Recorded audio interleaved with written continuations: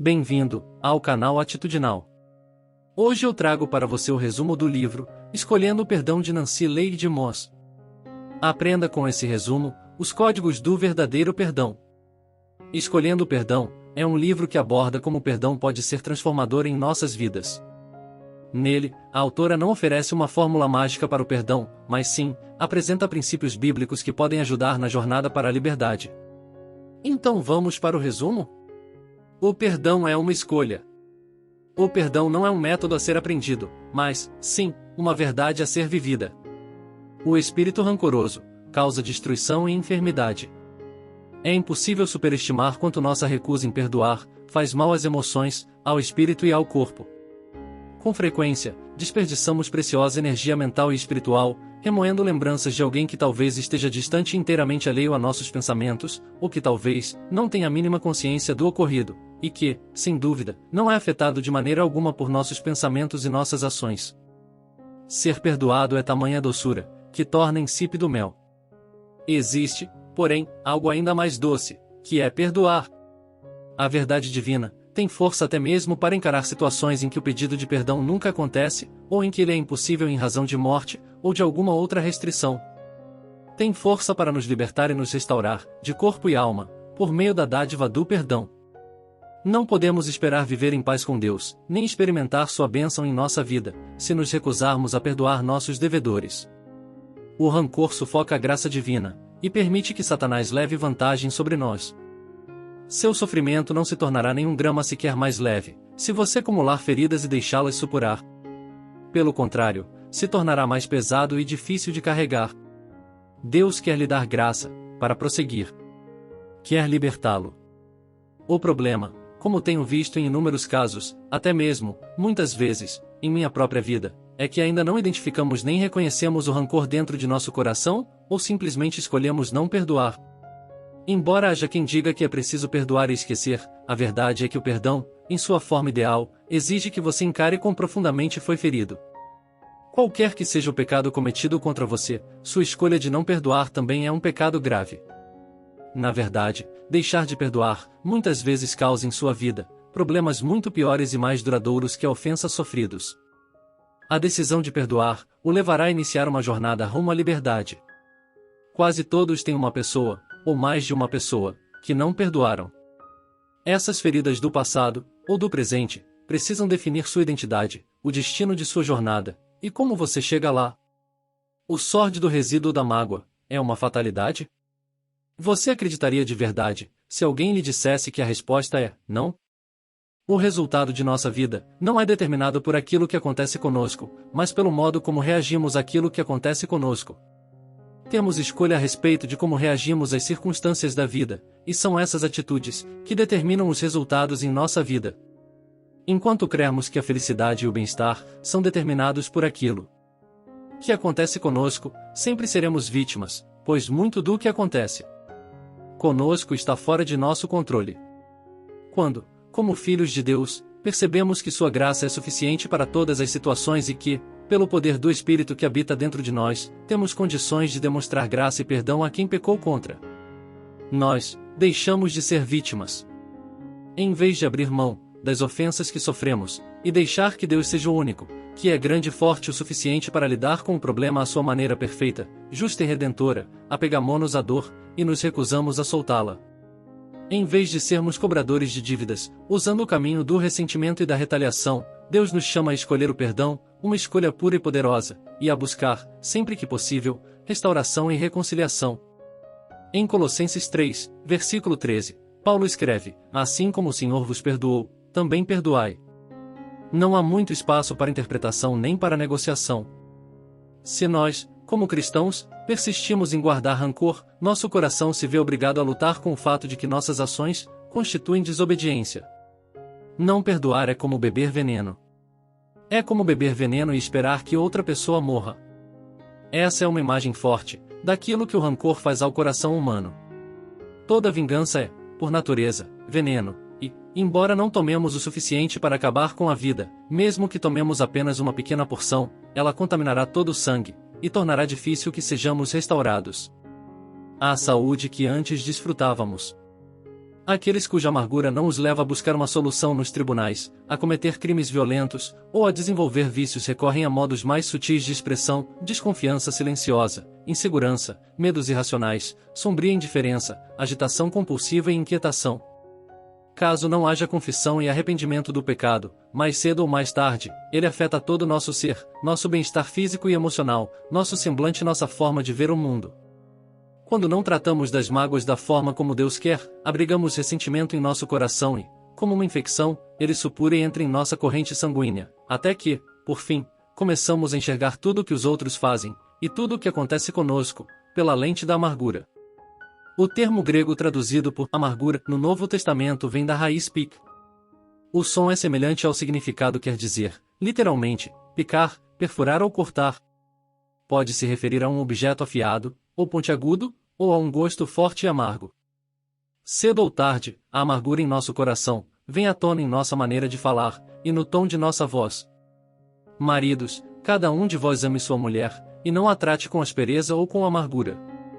A amargura entristece o Espírito de Deus. Essa atitude nos deixa duros e frios, tornando difícil para os outros a convivência conosco, transformando-nos em pessoas negativas e críticas. Muitos dos distúrbios crônicos mentais, emocionais e físicos com as quais as pessoas lidam hoje em dia, nascem da amargura e do rancor. Repetindo. Muitos dos distúrbios crônicos mentais, emocionais e físicos com as quais as pessoas lidam hoje em dia, nascem da amargura e do rancor. Emoções como amargura, raiva e hostilidade são associadas a aumento de pressão arterial, mudanças hormonais, deficiências do sistema imunológico e perda de memória. Quase todos os casos de dores nas costas têm origem em emoções reprimidas. Ao longo de mais de 30 anos de trabalho com pacientes foi possível observar que a raiva e a ansiedade reprimidas se manifestam, mais cedo ou mais tarde, como espasmos musculares, disfunções nervosas e outras formas de dor e dormência. Angústia e angina têm origem, via latim, e na raiz grega significa constrição, estrangulamento e aperto. Deus não criou nosso corpo para suportar o peso de conflitos não resolvidos e de amargura. Quando tomei a iniciativa de perdoar, meu coração e meu corpo foram curados. Quando nos recusamos a perdoar, não temos como experimentar o amor e o perdão de Deus. A falta de perdão sempre afeta nosso relacionamento com Deus. Quando nos recusamos a perdoar, uma barreira se levanta em nosso relacionamento com o Pai. Satanás sempre vence quando deixamos de perdoar. Deus usa as experiências de nossa vida, até mesmo as difíceis, e talvez especialmente elas, para realizar algo específico dentro de nós, que é disciplinar-nos para o nosso bem. Deus deseja usar as experiências dolorosas para nosso treinamento e amadurecimento espiritual. Elas fazem parte de seu propósito e plano eternos para nos moldar e conformar à imagem de Jesus, a fim de que ele seja glorificado por meio de nossa vida. Quando recebida com um coração maleável e submisso, a disciplina de Deus renova em nós a certeza de que estamos nos relacionando com Ele, de que pertencemos a Ele. Quando nos magoamos, por mais séria que seja a ofensa, ou profunda ferida, Deus tem graça disponível para nos ajudar a lidar com a ofensa e perdoar o ofensor. Nesse momento, temos de fazer uma escolha. Podemos reconhecer nossa necessidade e, com humildade, lançar mão da graça divina para perdoar e libertar o ofensor. Ou podemos resistir a Deus, deixar de receber sua graça e apegarmos à dor. O perdão deve ser como uma nota promissória cancelada, rasgada ao meio e queimada, para que jamais possa ser usada contra alguém. Repetindo. O perdão deve ser como uma nota promissória cancelada, rasgada ao meio e queimada, para que jamais possa ser usada contra alguém. Uma das melhores maneiras de definir o perdão é com uma promessa, a promessa de nunca mais cobrar da pessoa o pecado que ela cometeu. É não mencioná-lo para ela, nem para Deus, nem para mais ninguém. É a decisão intencional de apagar esse pecado. Com a promessa do perdão, renunciamos a nosso direito de castigar o ofensor, ou de fazê-lo pagar, pois nada mais consta em seu registro. A questão do perdão é de fato a essência e o cerne do Evangelho. O perdão é, de fato, sobrenatural. Não somos capazes de produzi-lo, com nossas próprias forças. Portanto, embora o perdão certamente tenha um alto preço, não está fora do alcance daqueles nos quais a vida de Cristo flui. Quando Deus ordena que amemos nossos inimigos, também nos dá o amor necessário. Em Filipenses 2, versículo 13 diz: Mas a força e a beleza da vida cristã transformada consistem no fato de que é Deus quem produz em vós, tanto o querer como o realizar, segundo a sua boa vontade. Quando se trata de perdoar, Jesus não nos daria uma ordem, sem nos dar a capacidade de cumpri-la. Ser cristão significa perdoar o que é injustificável, pois Deus perdoou aquilo que é injustificável em nós. De acordo com a palavra de Deus, os malfeitores receberão o que merecem. Mas não cabe a nós aplicar o castigo. Quando tentamos fazer alguém pagar por seus atos, assumimos um papel que cabe somente a Deus. Por meio do perdão, transferimos o acusado de nossa guarda para a guarda de Deus, o justo juiz, o único verdadeiramente capaz e responsável por fazer justiça.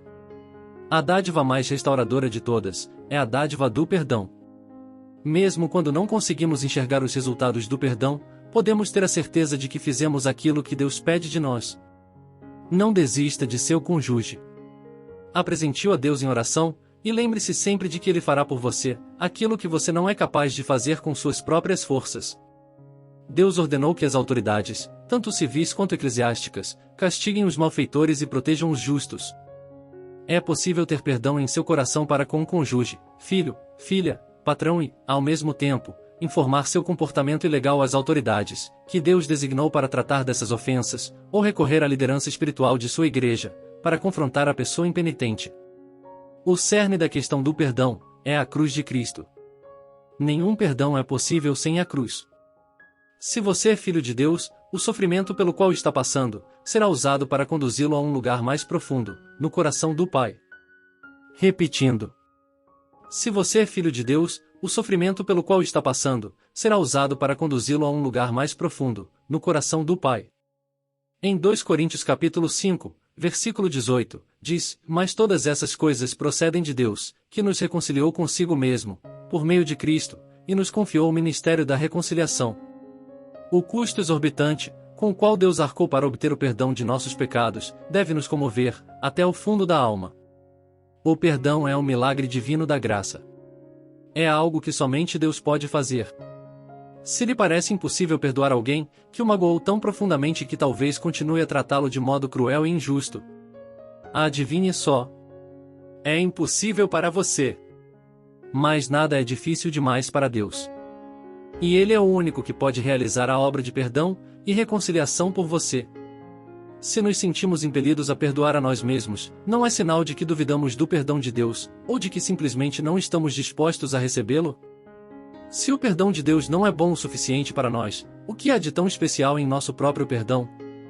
O que torna nosso perdão capaz de fazer algo que o perdão de Deus não pode fazer? Se Ele nos perdoou, nosso registro está limpo. Então, o que resta para perdoar? Deus é seu perdoador, seu único e suficiente perdoador. Quando Jesus entregou a vida na cruz, para pagar por seu pecado, disse: Está consumado. O preço foi pago inteiramente. Pela fé na obra consumada de Cristo, você foi perdoado.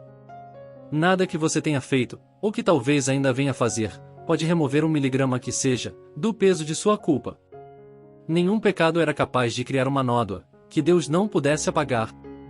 Há uma fonte cheia do sangue extraído das veias de Emanuel, pecadores imersos nessa torrente, perdem toda a mancha de culpa. O sacrifício de Cristo no Calvário é suficiente para perdoar todos os pecados, mesmo os seus. O perdão não é algo que você pode oferecer a si mesmo. É algo que Cristo comprou para você. Imaginar que precisamos perdoar a nós mesmos é um exemplo de como, por vezes, procuramos fazer acréscimos ao Evangelho. O apóstolo Paulo foi bastante severo e direto com aqueles de sua época, que não consideravam as boas novas, completas e plenamente adequadas, aqueles que acrescentavam suas próprias condições e requisitos. Fomos perdoados em Cristo, e isso é suficiente. É difícil a graça e a misericórdia de Deus serem inteiramente críveis, quando nós, aqueles que se dizem perdoados por Ele, nos recusamos a perdoar os outros. Para o mundo não há prova mais confiável da realidade do Evangelho proclamado por nós, que oferecermos o perdão de Cristo a outros. Ainda há uma espada em sua mão? Uma espada de amargura, ressentimento, vingança, rancor? Em caso afirmativo, desejo convidá-lo a ir até o Calvário. Coloque-se debaixo da cruz de Cristo, e veja o que ele sofreu para comprar seu perdão, a agonia que ele suportou, para que você pudesse ser livre. Ouça oferecer perdão àqueles que o perseguiram. E deixe que a voz dele remova a espada de sua mão. Receber perdão. Oferecer perdão. Esse é o caminho da cruz, o cerne do Evangelho. A glória do cristianismo consiste em conquistar por meio do perdão. Escolher o perdão conduz à vida que Deus planejou para você quando enviou o próprio Filho para morrer por seu pecado. Conduz à liberdade de abençoar outros, de andar desimpedido, sem o peso da amargura e do ressentimento, de se relacionar confiantemente com Deus e com as pessoas ao seu redor e, mais importante de tudo, de ser manifestação viva do Evangelho e da graça de Cristo. Nossa fé se torna viva e atraente quando os substantivos são transformados em verbos. Tenho visto Deus conceder graça, para que pessoas perdoem situações quase inacreditáveis. Os passos do perdão são: identifique as pessoas que ofenderam, e o pecado, ou pecados, que cometeram contra você. Certifique-se de que sua consciência está tranquila em relação a cada um dos indivíduos de sua lista. Anote a ofensa, ou as ofensas que cada um cometeu contra você. Como lhe prejudicaram? Seja específico. E por fim, escolha perdoar plenamente cada pessoa que pecou contra você. Perdoar não significa fingir que a ofensa não aconteceu. O verdadeiro perdão exige que encaremos a realidade e lidemos com ela à maneira de Deus. Deus não quer que você fuja da dor, mas que se refugie nele em meio à dor, que encare a plena fúria do sofrimento. Deus quer que você permita que ele vá ao seu encontro nesse lugar de angústia, e lhe dê graça para ser liberto de quaisquer amarras que o prendem a essa angústia. Não é possível perdoar enquanto sua consciência não estiver limpa, em relação à pessoa que pecou contra você, enquanto não deixar Deus formar em seu coração o amor dele, por aqueles que o decepcionaram. Na maioria das vezes, o ofendido se torna ofensor, pelo modo como reage à ofensa. Escolha perdoar cada indivíduo, ou grupo que pecou contra você. Apague-o. Registro. Pressione a tecla de deletar. Liberte-os de sua guarda. Ninguém pode obrigar você a ser prisioneiro dentro de seu próprio coração, desde que dê o passo corajoso de perdoar. Senhor, por tua graça, e em obediência a ti, eu escolho perdoar, apagar o registro, pressionar a tecla de deletar, libertar o ofensor e não me vingar da ofensa. Eu perdoo. Identificamos o pecado. Limpamos nossa consciência em relação ao ofensor. E escolhemos, sim, Senhor, escolhemos perdoar. Quando escolhemos perdoar os outros, mesmo quando eles não se quebrantam, Deus derrama em nosso coração liberdade, graça, paz, alegria, amor, e até mesmo perdão propriamente dito. Passar por essa experiência é algo extraordinário. Ela nos conduz a lugares mais profundos do relacionamento com Deus, que jamais alcançaríamos, se não tomássemos o caminho misterioso do perdão. Sua escolha de perdoar pode significar que você tem diante de si seus dias mais preciosos com o Senhor. Sim, o perdão é sobrenatural. Sim, é algo que somente Deus pode fazer. Sim, está muito além da capacidade de uma pessoa, de carne e osso. Mas, se você é filho de Deus, Ele lhe infundiu o mesmo poder que atuou em Cristo, ressuscitando-o dentre os mortos. Pense nisso. Isso significa que você tem em seu interior a capacidade sobrenatural de oferecer perdão por ofensas imperdoáveis. Por meio desse poder capacitador, você tem condições de perdoar os outros, com a mesma graça e o mesmo perdão que recebeu de Deus, pelos seus pecados. Escolha perdoar. Não espere até sentir vontade, ou entender como funciona. Em última análise, o perdão não é uma emoção. É um ato de sua vontade, um ato de fé. Não alimente a amargura, por mais um dia sequer. Quer a ofensa seja tão gigantesca, a ponto de parecer impossível perdoar, quer seja tão pequena, a ponto de parecer desnecessário perdoar, você continuará a ser prisioneiro, enquanto não renunciar a ela, não a entregar à misericórdia insondável de Deus, e não a abandonar. Ó Deus, por amor a Jesus, como tu me perdoaste, eu escolho perdoar essa pessoa. Escolho perdoar cada um que pecou contra mim. Escolho perdoar. Em maior ou menor grau, toda amargura se direciona em última análise, contra Deus. Em sua sabedoria e seu amor inescrutáveis, Deus é capaz de usar as circunstâncias mais angustiantes da jornada que você percorre neste mundo decaído para refiná-lo, purificá-lo, levá-lo a dar frutos, e engrandecer a graça e a glória divinas, por meio de sua vida. A ira incontida contra Deus nasce de uma visão distorcida a respeito dele, da ideia de que ele o está ignorando sem a mínima consideração, de que ele não se importa com o que está acontecendo com você. A verdade é que ele está passando por essa experiência, com você e por você. Deus está com você no meio de seu sofrimento, ajudando-o, amando-o, sofrendo com você, conduzindo de volta para ele, aproximando dele, tornando-o mais dependente da graça e do poder dele. Você já passou por isso? Foi vítima de suas próprias escolhas e talvez das escolhas infelizes de outros? Em vez de assumir responsabilidade por elas, ou escolher perdoar quem o desencaminhou ou maltratou, encheu-se de raiva contra Deus, por permitir uma reviravolta inesperada, por não livrá-lo do aperto e não intervir quando ainda era possível evitar a calamidade? Deus não precisa de nosso perdão. Ele nunca erra. Aliás, aquilo que você possivelmente considera uma injustiça da parte dele, talvez seja, na verdade, a melhor coisa que poderia lhe acontecer. Ter raiva de Deus só piora as coisas, e adia ainda mais sua cura. Nossa raiva de Deus torna-se inevitavelmente veneno que se espalha muito além de nosso coração, como aconteceu com Noemi. O trabalho árduo de Isaías, a disciplina submissa de manter nossa mente firme no Senhor, confiando nele de maneiras que não enxergamos nem entendemos, em situações nas quais precisamos aprender a nos contentar com o mistério. Quanto mais tempo vivo debaixo da providência de Deus, mais prontamente consigo confiar nele, quanto aos mistérios insolúveis da vida. Mais alegremente sou capaz de amá-lo e adorá-lo, e de me contentar com aquilo que ele provê. E mais pacientemente consigo esperar pelo dia em que a fé se transformará em visão, e tudo o que não faz sentido para meus referenciais limitados será esclarecido. Parte do processo de sermos transformados em novas criaturas consiste em não permitir que nossos sentimentos tenham acesso pleno e inquestionável à palavra de Deus. Por meio de nossa redenção, porque fomos perdoados, recebemos poder, pela graça de Deus, para submergir nossa raiva humana ardente e emotiva, na confiança legítima no propósito eterno e amoroso de Deus, para nossa vida. Sua resistência em confiar em Deus, e obedecer-lhe nessa questão, mesmo que seja resultante, mais de exaustão e autopreservação que de dureza absoluta de coração, manterá o ambiente de sua vida contaminado com o veneno da amargura. Talvez você não tenha consciência de seus efeitos nocivos no dia a dia, mas isso interromperá o fluxo da graça de Deus em sua vida. O perdão é uma escolha. Sentimentos com frequência não são. É plenamente possível perdoar alguém da forma correta, como Deus requer, e ainda assim ter pensamentos contrários à decisão que você tomou. A lembrança de feridas do passado pode ser um excelente ponto de partida para ministrar a outros que estão sofrendo. As recordações mais dolorosas do passado podem ser fortes lembranças da graça e do perdão de Deus, monumentos vivos de sua misericórdia em minha vida, marcos que me ajudam a continuar a depender dele e confiar nele. Aquilo que Deus investiu em nós não é apenas para nós. Mito que impede muitos de experimentarem a realidade e a bênção do perdão em sua vida é a ideia de que o perdão requer um longo e demorado processo e não pode ocorrer enquanto não houver cura completa. Há quem proponha que o perdão deve acontecer no final de um longo processo de cura.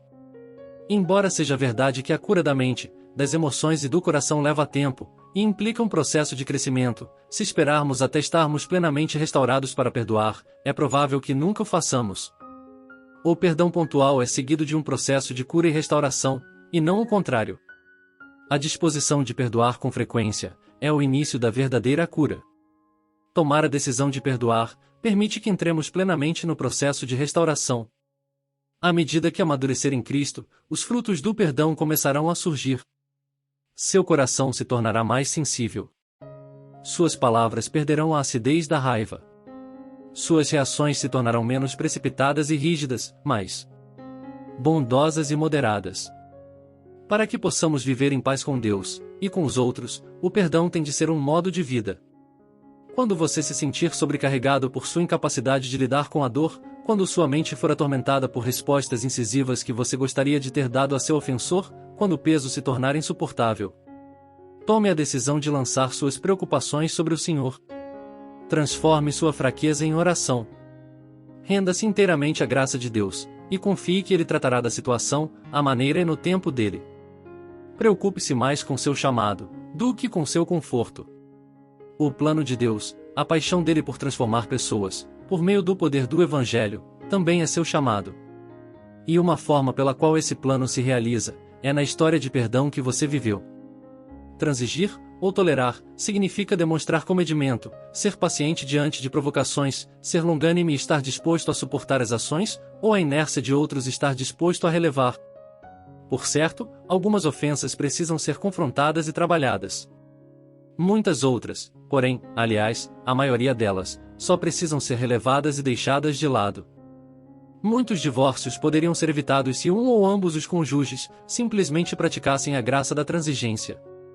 Muitas tensões e mal-entendidos no ambiente de trabalho desapareceriam se aprendêssemos a ser transigentes uns com os outros.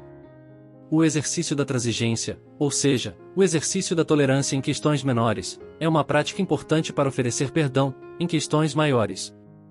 Toda vez que sentimos a dor, precisamos perdoar novamente. De que maneira suas atitudes estão moldando a imagem que seus filhos têm de Deus? Você já parou para pensar no impacto que seu espírito disposto a perdoar, ou a sua amargura, exercerá sobre gerações futuras? Nem sempre entendemos, mas Deus tem seus motivos. O perdão libera alegria. Promove paz. Limpa o registro. Coloca em movimento todos os valores mais sublimes do amor. Em certo sentido, o perdão é o cristianismo em seu ápice. Ao perdoar, precisamos ir muito além de renunciar à vingança contra nossos ofensores. Quando perdoamos os outros, quando lutamos contra todos os pensamentos de vingança, quando nos recusamos a prejudicar nossos inimigos, e em vez disso, desejamos seu bem, entristecemos-nos com suas calamidades, oramos por eles, buscamos nos reconciliar com eles, e nos mostramos prontos, em todas as ocasiões, a lhes dar alívio. Isso é perdão conforme o Evangelho. Como foi que Deus nos perdoou? Ele não declarou apenas, você está perdoado. Ele entregou a vida de seu Filho por nós, quando ainda éramos seus inimigos. Ele foi nos buscar, quando não queríamos nada com ele. Adotou-nos em sua família. Tornou-nos co-herdeiros com Cristo. Prometeu que nunca nos deixaria nem nos abandonaria. Consola-nos e supre nossas necessidades. Ele de dia em dia, nos cumula de benefícios. Esse tipo de graça extravagante e imerecida mostra como devemos perdoar. Perdoar alguém, abre as cortinas e as janelas para deixar que a brisa fresca da graça de Deus inicie sua obra de cura. Quando, porém, tomamos a decisão de abençoar nossos ofensores, de amar nossos inimigos, passamos a ter acesso ao pleno poder do perdão. Deus nunca conheceu uma circunstância tão terrível que ele não fosse capaz de transformar em um troféu de sua misericórdia e graça. Muitas vezes Deus escolhe deixar dentro de nós algumas das memórias dolorosas, dos sentimentos e dos efeitos persistentes de mágoas do passado, para que tenhamos misericórdia e compaixão de outros, que estão passando por sofrimentos semelhantes. Além de não precisarmos ser vítimas do mal que outros cometem contra nós, podemos vencer o mal com o bem. Talvez você suspire e diga, acho que não sou capaz de orar por essa pessoa, não quero que Deus a abençoe. Mas eu lhe garanto que, ao começar a orar, mesmo sem vontade, por simples obediência à palavra de Deus, você descobrirá o que eu descobri em minha própria vida. É difícil continuar a odiar alguém por quem você está orando para que Deus abençoe e restaure um relacionamento correto com Ele. Por meio de nosso relacionamento com Jesus Cristo, temos à disposição a graça necessária para perdoar. A força que o rancor exerce é intensa. Mas a energia desperdiçada é um investimento que não traz retorno. Somente o poder do perdão pode nos manter no fluxo da vontade de Deus, em paz no meio da tempestade, levados pelo movimento contínuo do rio de seus planos e propósitos eternos para nossa vida, com um rumo certo, que tem significado. O perdão é uma ferramenta extremamente eficaz, usada pelo Deus Todo-Poderoso, para promover cura para todos os tipos imagináveis de situação e de relacionamento, passados ou presentes. Quando você escolhe o caminho do perdão, Deus pode usar sua obediência para impedir que padrões pecaminosos recorrentes e dor desnecessária sejam transmitidos a seus filhos e às gerações vindouras. O objetivo máximo do perdão, que deve ser o objetivo máximo de nossa vida, é dar glória e honra a Deus. O perdão na vida do cristão mostra o extraordinário coração redentor de Deus. Revela a todos as riquezas de sua misericórdia transbordante e de sua graça maravilhosa. Eis a essência do perdão. Ele diz respeito, muito mais a Deus, que a nós. Toda a oportunidade que temos de praticar o perdão é uma oportunidade de voltar o foco para o Deus, que tem tanto prazer em demonstrar misericórdia e perdoar pecadores, a ponto de ter entregado seu único filho, para que isso fosse possível. Quando as pessoas ao seu redor o veem perdoar, quando ouvem suas histórias, quando observam suas reações, é possível que vejam Cristo de forma inédita. É possível que sejam levadas a amar, adorar e confiar no grande Deus perdoador. Saber que agradamos e louvamos a Deus são motivo e recompensa suficientes para perdoarmos. Vista da perspectiva ampla da eternidade, porém, a cruz representou a derrota final de Satanás e a maior de todas as vitórias de Deus. Cristo foi semeado em desonra e ressuscitado em glória, foi semeado em fraqueza e ressuscitado em poder. Quanto mais você precisa da graça de Deus, mais você o engrandece. Pessoal, a leitura do livro, Escolhendo o Perdão, vale muito a pena, e saiba que o conteúdo apresentado por esse resumo traduz a minha visão e análise, e não a sua. Portanto, faça também a sua leitura, e dê sua opinião nos comentários. Caso você queira adquirir essa obra, na descrição do vídeo você encontrará um link de afiliado, e com isso você contribuirá com o crescimento do canal Atitudinal. Espero que tenha gostado desse breve resumo, e se você quer continuar recebendo mais vídeos, como esse, inscreva-se no canal, e ative o sininho de notificações, na opção todas, e entre também, para um dos meus grupos de networking, para ficar por dentro dos próximos conteúdos. Você encontrará também, na descrição do vídeo, um link, para você baixar uma ferramenta que eu criei, e que testei em centenas de clientes, ao longo de mais de 20 anos, atuando em atendimentos personalizados. Bons estudos, muito obrigado. E até o próximo vídeo.